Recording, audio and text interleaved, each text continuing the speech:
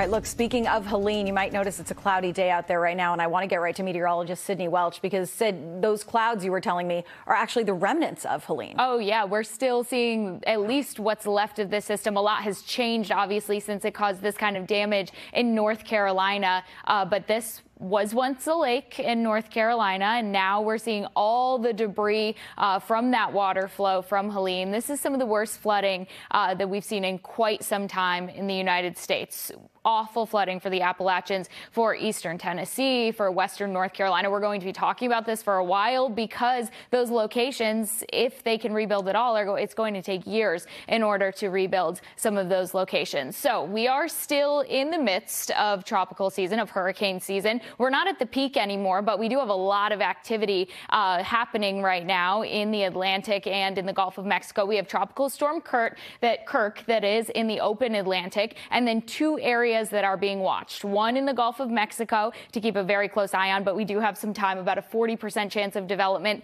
in the next 7 days. And then another area in the open Atlantic with an 80% chance of development in the next 2 days. So things are really going to keep getting rolling on that conveyor belt that is moving across the Atlantic eventually towards the United States. We don't know at this time, though, what type of impacts will come with those systems as they are still pretty far out. So temperatures in the middle 60s through the rest of the afternoon. We're going to be floating low to middle 60s. Temperatures aren't changing all that much. That's because of this clouds. And as Mel mentioned, these clouds are from a low pressure that was at one time Helene quite a while ago now. At this point, temperatures in the upper 50s around 10 o'clock, and we're keeping clouds with us until that low pressure finally moves offshore. So the past few hours, we've watched those clouds build. They're going to be staying with us. Moisture over parts of D.C. and Virginia, northern Virginia. And as we head through the rest of our day today, this is going to be lingering a bit and into tomorrow. So our clouds are going to be lingering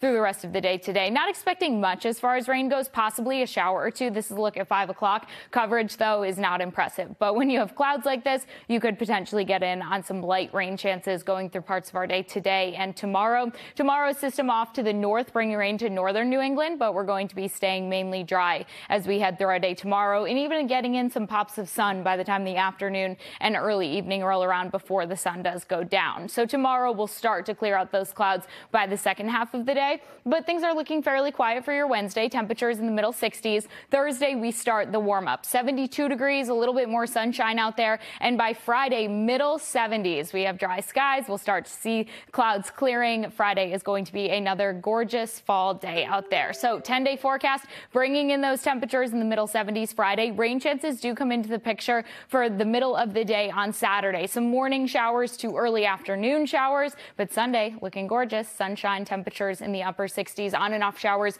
do stick around into next week. Keeping an eye on those warming temperatures, though. All of my energy right now is focused on Friday, 75 and sunny. See, Sid, all my energy is focused on Saturday when I have my 6-year-old's birthday party. Ooh. Please tell me that bouncy house isn't going to turn into a bouncy lake. I'll keep a close eye on it for you. Thank you, my friend. It's not looking good right now.